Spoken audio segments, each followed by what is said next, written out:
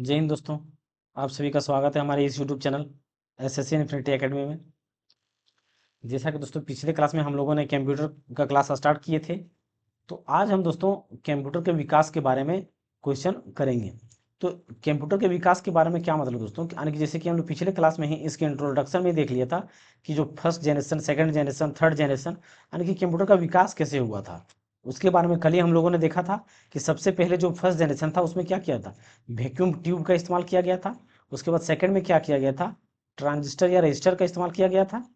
फिर third generation में क्या किया था, इंटीग्रेटेड चिप लगाया था। उसके बाद में फिर फोर्थ जनरेशन में क्या, इंटीग्रेटेड यानी कि बिग इंटीग्रेटेड सर्किट या चिप को लगाया गया था।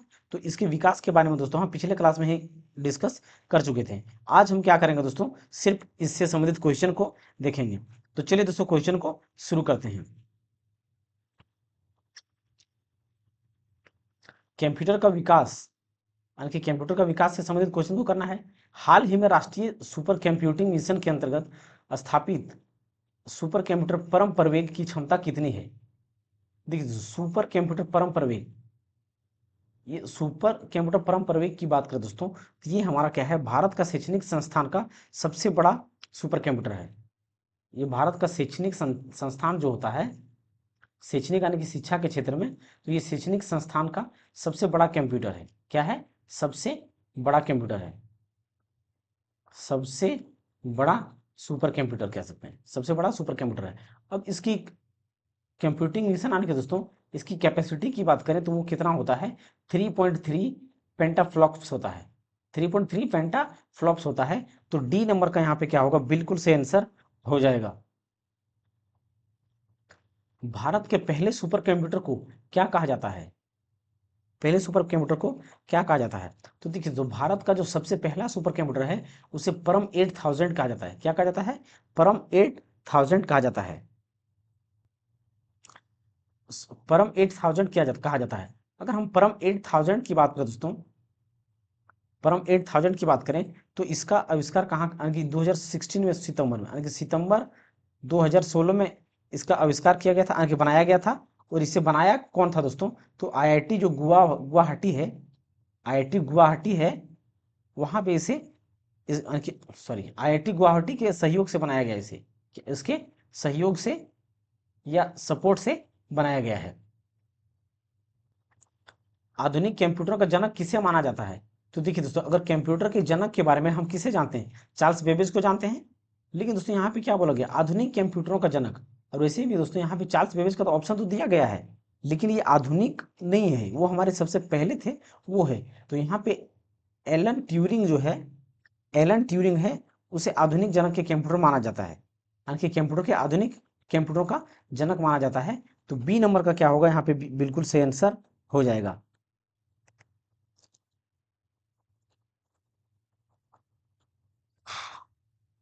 निम्नलिखित में से किसे भारतीय सुपर कंप्यूटरों को, निम्नलिखित में से किसे भारतीय सुपर कंप्यूटरों का जनक माना जाता है। तो देखिए दोस्तों, जो पिछले क्वेश्चन में हमने देखा, वो आधुनिक कंप्यूटर के जनक के रूप में जाना जाता था।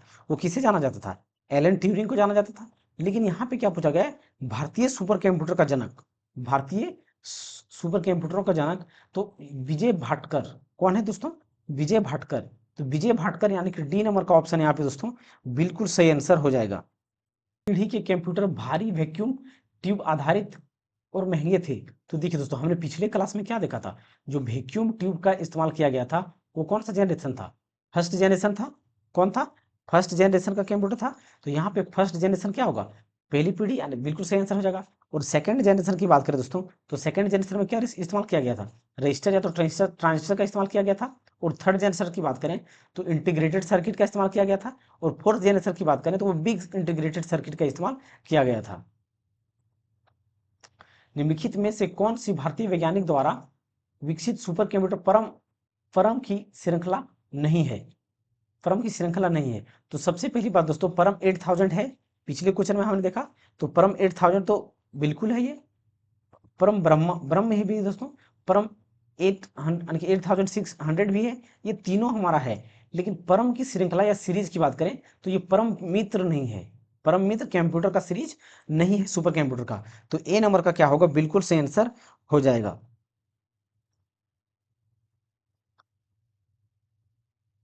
कंप्यूटर सिस्टम जिसे किसी भी भंडारण यंत्र की आवश्यकता नहीं होती है। यानी कि दोस्तों भंडारण यंत्र की बात करें तो इसका मतलब कहता है भंडारण मतलब स्टोरेज की बात कर रहा है। क्या बात कर रहा है? स्टोरेज की बात कर रहा है। तो स्टोरेज की बात करें दोस्तों तो एनालॉग कंप्यूटर जो हमारा होता है उसमें स्टोरेज कैपेसिटी या आवश्यकता उसमें होता ही नहीं है। उसमें क्या होता है? होता ही नहीं है। तो यहाँ पे एनालॉग कंप्यूटर क्या होगा? बिल्कुल सही आंसर हो जाएगा, जिसमें स्टोरेज डिवाइस की आवश्यकता होता ही नहीं है। बाकी इन सब में दोस्तों स्टोरेज डिवाइस की आवश्यकता होती है। दुनिया का पहला प्रोग्रामर किसे माना जाता है? तो देखिए दोस्तों हमने पिछले क्लास में बताया था, जो पहला प्रोग्रामर की बात करें तो पहला प्रोग्रामर लैंग्वेज हमारा क्या था? फॉरट्रेन था। फॉरट्रेन प्रोग्रामिंग लैंग्वेज, तो पहला प्रोग्रामिंग लैंग्वेज क्या था हमारा? फॉरट्रेन। फॉरट्रेन था। लेकिन दोस्तों फॉरट्रेन लैंग्वेज का प्रोग्रामिंग करता था, लेकिन यहाँ पे पूछा किस क्या गया है कि पहला प्रोग्रामर यानी कि व्यक्ति के बारे में पूछा गया है कि जो इस प्रोग्रामर को लिखने वाला था वो कौन था? वो कौन था? तो वो हमारा कौन थे दोस्तों? एडा लवलेस थे। कौन थे? एडा लवलेस थे। तो यहाँ पे बी नंबर का क्या होगा? बिल्कुल सही आंसर हो जाएगा।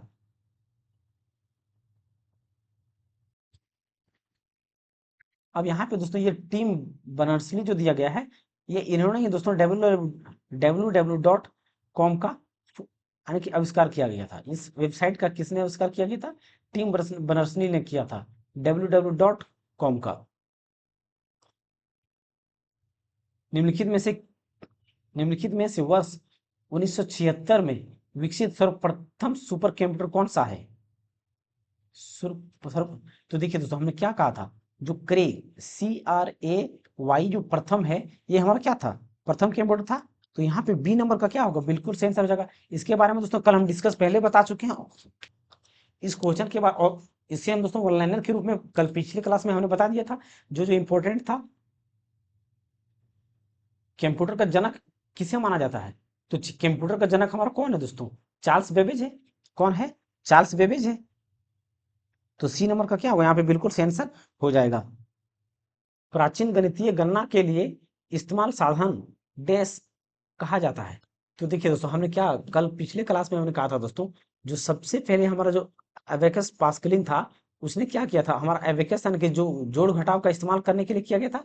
तो एबेकस को हमारा एक कैलकुलेटर के रूप में, जो जोड़ घटाव के रूप में इस्तेमाल किया गया था। तो एबेकस था क्या था? जैसे कि देखिए दोस्तों इस प्रकार से कुछ काउंटिंग करने के लिए होता है, इस प्रकार से काउंटिंग करने के लिए होता है। ये हमारा क्या कहलाता है? ये हमारा एबेकस कहलाता है। क्या कहलाता है? ये एबेकस कहलाता है। तो वही जोड़ घटाव के लिए इस्तेमाल किया जाता था पहले। तो यानी कि बी नंबर का ऑप्शन यहाँ पे क्या होगा? बिल्कुल सही आंसर हो जाएगा। द्वितीय पीढ़ी के कंप्यूटर डैश पर आधारित थे। तो देखिए दोस्तों हमने क्या कहा था, जो वैक्यूम ट्यूब्स था वो फर्स्ट जनरेशन के लिए था, और जो द्वितीय था उसमें क्या था? ट्रांजिस्टर का इस्तेमाल किया गया था। जो सेकंड जनरेशन का था वो कौन था? ये सेकंड जनरेशन का ट्रांजिस्टर का। तो ए नंबर का क्या होगा? यहाँ पे बिल्कुल सही आंसर हो जाएगा। अगर यहाँ पे फर्स्ट जनरेशन के बारे में पूछता तो ये वैक्यूम होता। साथ में टाटा समूह द्वारा विकसित सुपर कंप्यूटर का नाम लिखिए। तो देखिए दोस्तों 2007 में जो टाटा ग्रुप के द्वारा जो कंप्यूटर का विकास किया गया था, यानी सुपर कंप्यूटर का जो विकास किया गया था, उसका नाम क्या था? एका था। क्या था? एका था। तो यहाँ पे सी नंबर का ऑप्शन बिल्कुल सही आंसर हो जाएगा, एका की बात करें दोस्तों, इस एका की बात करें तो ये विश्व का क्या है? चौथा, विश्व का चौथा सुपर कंप्यूटर है। विश्व का चौथा तेज सुपर कंप्यूटर, तेज सुपर कंप्यूटर है।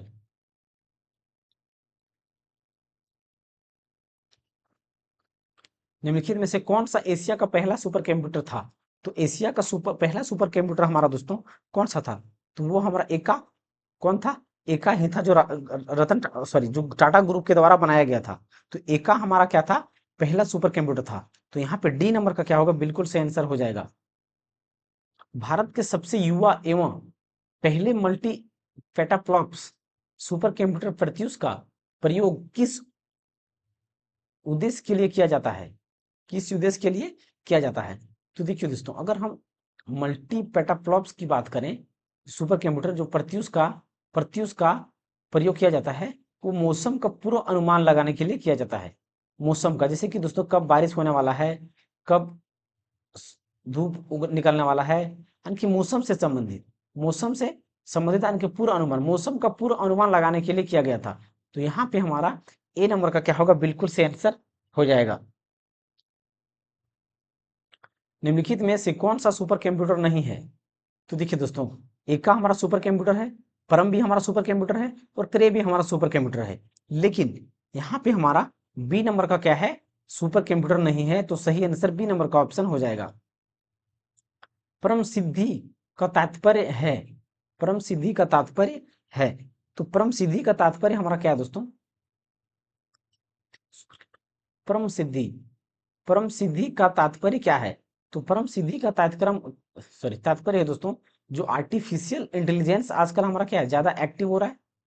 आर्टिफिशियल इंटेलिजेंस की अगर हम बात करें तो क्या हो रहा है, ज्यादा एक्टिव हो रहा है। जैसे कि चैट जीपीटी हमारा क्या है, उस चैट जीपीटी से अगर हम किसी भी प्रकार का सवाल पूछते हैं तो वो अपने बौद्धिक शक्ति से, क्षमता से अपने क्या करता है, वो आंसर को देता है।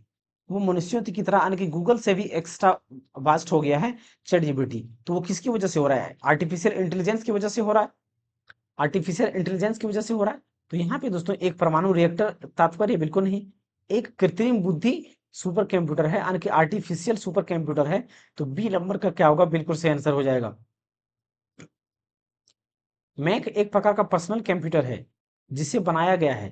तो देखिए दोस्तों, मैक क्या है, एक पर्सनल कंप्यूटर के रूप में है, उसे एप्पल ने बनाया है। किसने बनाया है, एप्पल बनाया है। अगर एप्पल की बात करें दोस्तों, तो हमने क्या देखा था, ये हमारा पर्सनल कंप्यूटर के रूप में इस्तेमाल किया जाता है।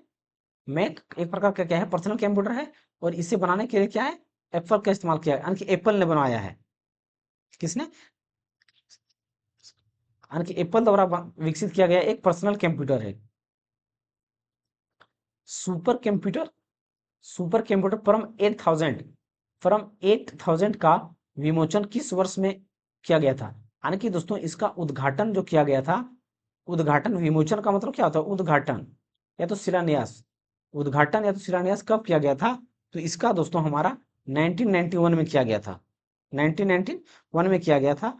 तो बी नंबर का क्या होगा, यहाँ पे बिल्कुल सही आंसर हो जाएगा। निम्नलिखित में से कौन सा पहली पीढ़ी का कंप्यूटर है, पहली पीढ़ी का कंप्यूटर है? तो पहली पीढ़ी की कंप्यूटर की बात करें दोस्तों, तो हमारा वो क्या होगा, सी एक होगा। क्या होगा, सी एक होगा। दिए गए विकल्पों में से भारत में निर्मित सुपर कंप्यूटर फ्रॉम फ्रॉम 10,000 के डेवलपर का नाम चुने, नाम चुने। यानी कि दोस्तों जो फ्रॉम 10,000 का आविष्कारक है भारत का, वो कौन है, वो कौन है? तो वो दोस्तों सीडैक है। कौन है, सीडैक है, यानी कि सीडैक यहाँ पे बिल्कुल सही आंसर हो जाएगा, जो कि पुणे में स्थित है। माइक्रोचिप बनाने के लिए किस धातु का उपयोग किया जाता है? तो देखिए दोस्तों, अगर माइक्रोचिप की बनाने की बात करें, माइक्रोचिप बनाने की बात करें दोस्तों, तो उसमें धातु का इस्तेमाल नहीं किया जाता है, बल्कि उप धातु का इस्तेमाल किया जाता है। उप धातु का इस्तेमाल किया जाता है, जो हमारा क्या है, सिलिकॉन है। तो ए नंबर का यहाँ पे बिल्कुल सही आंसर हो जाएगा। डैश माइक्रोचिप बनाने के लिए प्रयोग किया जाता है? तो माइक्रोचिप बनाने के लिए हमारा सिलिकॉन का इस्तेमाल किया जाता है। चार्ल्स बेबेज द्वारा डिजाइन किया गया पहला आंतरिक कंप्यूटर किस नाम से जाना जाता है? तो वो पहला हमारा क्या है दोस्तों, आंतरिक कंप्यूटर, वो तो वो पूर्ण रूप से दोस्तों विकसित नहीं हुआ था, वो आंतरिक कंप्यूटर के रूप में। तो वो एनालिटिकल इंजन के रूप में जाना जाता है उसे। क्या, एनालिटिकल इंजन के रूप में। अगर यहाँ पे दोस्तों एबकस को अगर आप आंसर करते हैं, तो ये एबकस हमारा कंप्यूटर नहीं है, ये सिर्फ एक कैलकुलेटर के रूप में है, जिसके द्वारा जोड़ घटाव किया जा सकता है। प्रथम सामान्य परियोजनार्थ, प्रथम सामान्य परियोजनार्थ इलेक्ट्रॉनिक कंप्यूटर इनियक का पूर्ण रूप क्या है? पूर्ण रूप क्या है? तो इसका पूर्ण रूप की बात करें दोस्तों, तो इसका हमारा क्या होता है, electronic, electronic numerical, electronic numerical integrated, integrated या तो integrator, integrator and computer, and computer, electronic numerical integrator and computer. तो यहाँ पे दोस्तों इलेक्ट्रॉनिक इलेक्ट्रॉनिक फर्स्ट ऑप्शन हर हर किसी में इलेक्ट्रॉनिक दिया गया है। तो सेकंड में क्या होना चाहिए, न्यूमेरिकल, तो न्यूमेरिकल इसमें भी है, यानी कि ये दो ऑप्शन हमारा क्या हो गया, कैंसिल हो गया। इंटीग्रेटर, तो यहाँ पे दोस्तों इंटीग्रेटर, यहाँ पे इंटीग्रेट यहाँ पे चल सकता है दोस्तों। ऑटोमेटिक कंप्यूटर, तो ये ऑटोमेटिक नहीं है, यहाँ पे एंड कंप्यूटर, यानी कि यहाँ पे ए नंबर का ऑप्शन बिल्कुल सही आंसर हो जाएगा।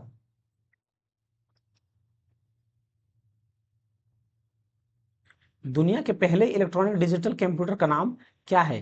तो देखिए दोस्तों, दुनिया का सबसे पहला जो डिजिटल कंप्यूटर था वो क्या था हमारा, इनैक था, यानी कि ENIAC, जिसका फुल फॉर्म हमने क्या देखा अभी, electronic numerical integrator and computer. तो ए नंबर का यहाँ पे सही आंसर हो जाएगा।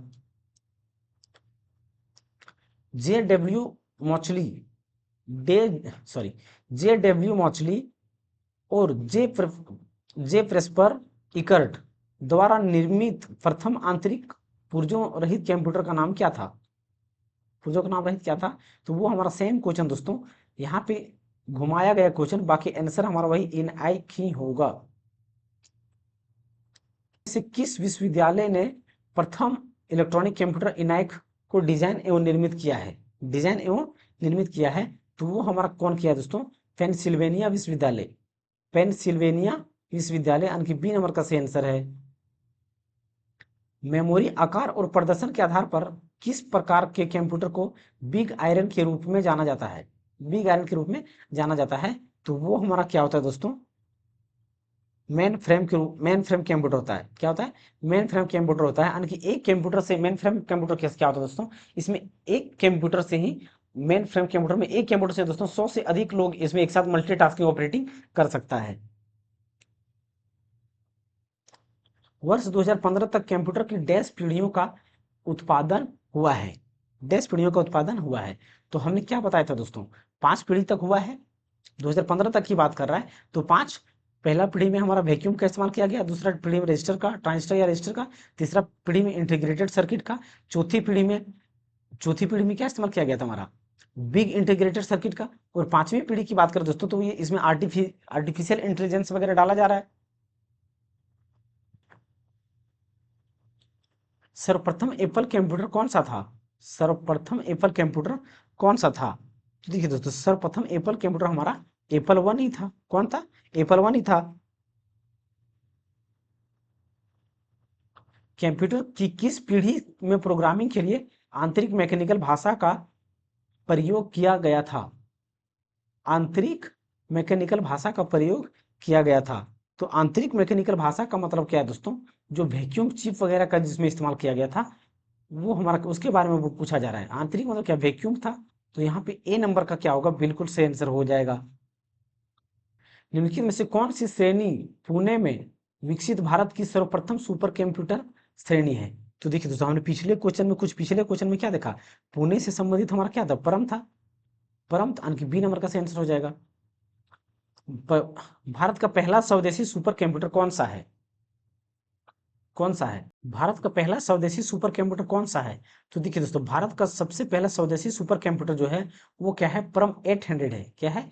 परम 800 है, जो हमारा कहाँ पे, पुणे पे स्थापित है इसका संस्थान। वैश्विक मौसम पूर्वानुमान में इनमें से किसका उपयोग किया जाता है? इनमें से किसका उपयोग किया जाता है? तो पिछले क्वेश्चन में हमने देखा दोस्तों कि सुपर कंप्यूटर का ही इस्तेमाल किया जाता है, तो डी नंबर का यहाँ पे सही आंसर हो जाएगा इसका। निम्न में से कौन सा भारत का सबसे तेज और पहला पेटाफ्लॉप्स पेटाफ्लॉप्स सुपर कंप्यूटर है, जिसे पुणे स्थित Indian institute of tropical metrology में अनावरित किया गया है? तो देखिए दोस्तों, अगर हम बात करें पेंटाफ्लॉप्स की बात करें दोस्तों, तो वहां पे हमारा 6.8 पेटाफ्लॉक्स, 6.8 पेटाफ्लॉक्स फेटा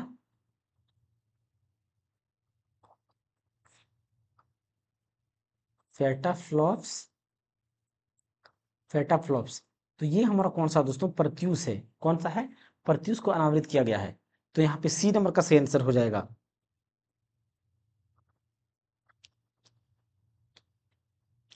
कंप्यूटर के माउस का आविष्कार किसने किया था? कंप्यूटर के माउस का आविष्कार किसने किया था? तो वो दोस्तों हमारा डगलस एंजलबर्ट ने किया था। किसने किया था?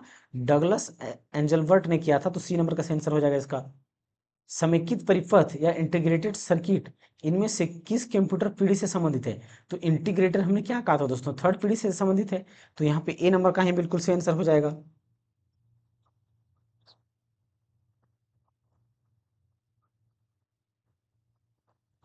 ऑडियो हेडफोन की सबसे पहली जोड़ी 1910 में डैश के द्वारा बनाई गई थी।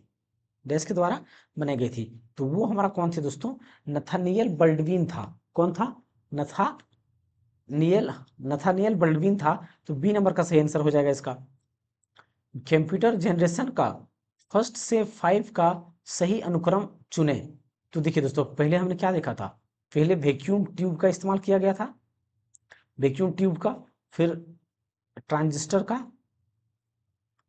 ट्रांजिस्टर का ट्रांजिस्टर, फिर इंटीग्रेटेड सर्किट का, इंटीग्रेटेड सर्किट, फिर बिग इंटीग्रेटेड सर्किट। तो ये एक नंबर पे ये हमारा था, ये दूसरा जनरेशन था, ये थर्ड जनरेशन था, और ये फोर्थ जनरेशन था। तो सबसे पहले वैक्यूम ट्यूब है, यहाँ पे ट्रांजिस्टर है, फिर एकीकृत सर्किट यानी कि इंटीग्रेटेड सर्किट, इंटीग्रेटेड सर्किट बिल्कुल सही, माइक्रो प्रोसेसर बिल्कुल सही, यूएलआर यानी कि दोस्तों पहला ही सही लग रहा है। जैसे कि यहाँ पे ट्रांजिस्टर है, ट्रांजिस्टर पहला नहीं सेकंड जनरेशन का है। वैक्यूम यहाँ पे हमारा पहला हो सकता है या तो फोर्थ हो सकता है, क्योंकि वैक्यूम ट्यूब हमारा फर्स्ट में ट्रांजिस्टर है, इंटीग्रेटेड सर्किट, और यहाँ पे ULSI, तो ये हमारा दोस्तों लास्ट में दिया गया था। ये किस में? लास्ट में। तो यहाँ पे ए नंबर का ही क्या होगा, बिल्कुल सही आंसर हो जाएगा। एक प्रोग्रामेबल कंप्यूटर की आवश्यकता देने के लिए किसे आद किया जाता है? एक प्रोग्रामेबल कंप्यूटर की अवधारणा देने के लिए किसे आद किया जाता है? यानी कि दोस्तों जो प्रोग्रामेबल यानी कि प्रोग्राम जो करने वाले थे वो कौन करने वाले थे, उसके नाम के बारे में पूछा गया है। क्या पूछा गया है? उसके नाम के बारे में, कि जो प्रोग्रामेबल कंप्यूटर की अवधारणा के बारे में, यानी कि जनक के बारे में पूछा गया कि कंप्यूटर का प्रोग्राम देने वाले या कंप्यूटर के जनक कौन थे। तो वो हमारा कौन थे? चार्ल्स बेबज थे। बिल गेट्स तो हमारा क्या दोस्तों, भारत अभी दुनिया का सबसे अमीर आदमी है, लेकिन ये बिल गेट्स है क्या? स्टीव जॉब्स एप्पल का फाउंडर है। मैक सॉरी मैकन्टोस मैकिन्टोश कंप्यूटर का डिजाइन किसने तैयार किया था? तो मैकिन्टोश कंप्यूटर का डिजाइन दोस्तों एप्पल के द्वारा किया गया था। किसके द्वारा? एप्पल के द्वारा 1984 में पहली बार किया गया था। निम्न में से कौन सा एक प्रकार पर्सनल कंप्यूटर नहीं है? पर्सनल कंप्यूटर नहीं है। तो मेन फ्रेम दोस्तों हमारा पर्सनल कंप्यूटर नहीं है। तो बी नंबर का क्या होगा, बिल्कुल सही आंसर हो जाएगा। लैपटॉप भी हमारा पर्सनल कंप्यूटर है, डेस्कटॉप तो कंप्यूटर पर्सनल कंप्यूटर है ही, लैपटॉप भी कंप्यूटर पर्सनल है हमारा, यानी कि मेन फ्रेम बी नंबर का बिल्कुल सही आंसर हो जाएगा। डेटाबेस द्वारा उत्पादित टैबलेट कंप्यूटर का नाम सॉरी डेटाबेस द्वारा उत्पादित टैबलेट कंप्यूटर का क्या नाम था, जिसे भारत सरकार द्वारा ई लर्निंग कार्यक्रम के हिस्से के रूप में बढ़ावा दिया था, यानी कि बढ़ावा दिया गया था। तो यहाँ पे इसका आंसर हमारा दोस्तों सी नंबर का हो जाएगा, आकाश था। क्या नाम दिया गया था? आकाश दिया गया था।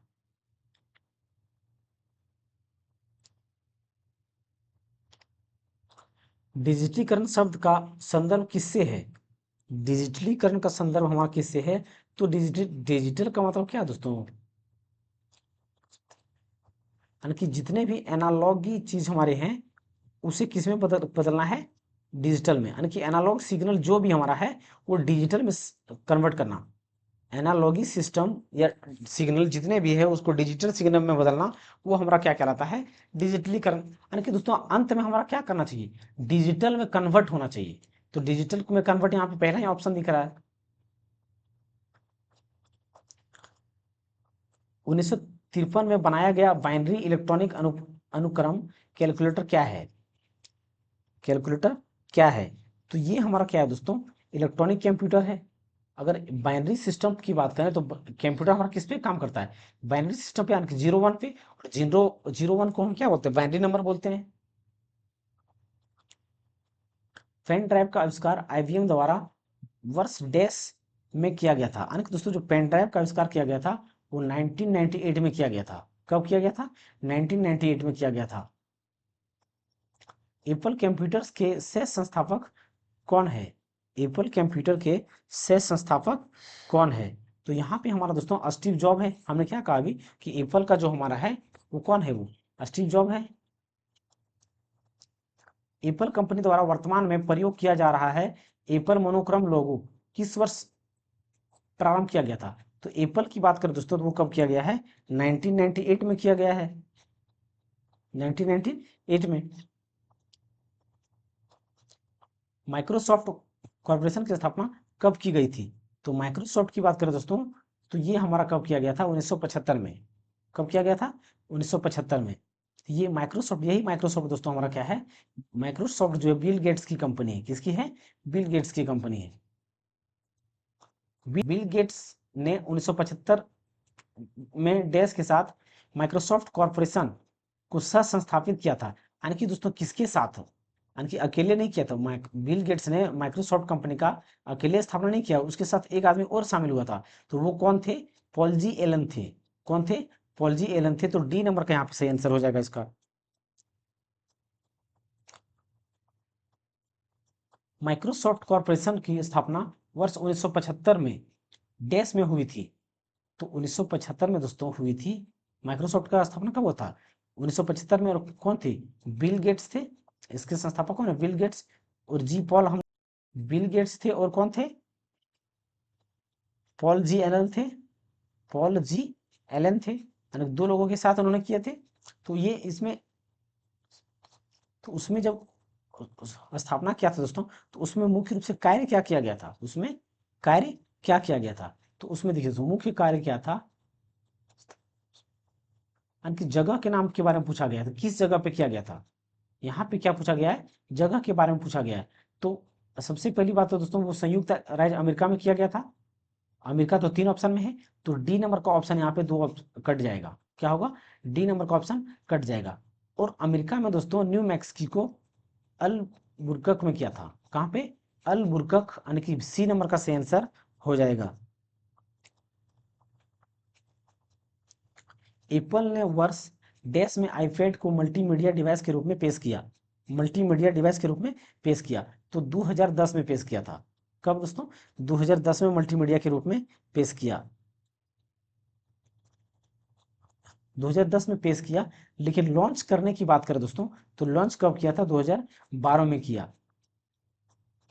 संचार नेटवर्क में अंतर्राष्ट्रीय कनेक्टिविटी की सुविधा प्रदान करने के लिए देश में अंतर्राष्ट्रीय दूरसंचार संघ की स्थापना की गई थी। यानी कि अंतर्राष्ट्रीय दूरसंचार की स्थापना की गई थी। तो वह कब की गई थी? तो 1865 में की गई थी। पहली पीढ़ी की कंप्यूटर प्रणालियां किस पर आधारित थी? तो पहली पीढ़ी की प्रणालियां किस पर थी दोस्तों? वैक्यूम ट्यूब पर था। तो यहाँ पे सी नंबर का क्या होगा? सेंसर हो जाएगा। और यहाँ पे हमारा दोस्तों जो सेकंड यूनिट था वो कंप्लीट होता है।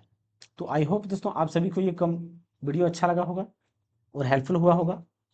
तो अगर हेल्पफुल हो रहा है दोस्तों तो हमारे इस चैनल को सब्सक्राइब करें, साथ ही साथ दोस्तों के साथ शेयर करें। थैंक यू दोस्तों, मिलते हैं अगली क्लास में।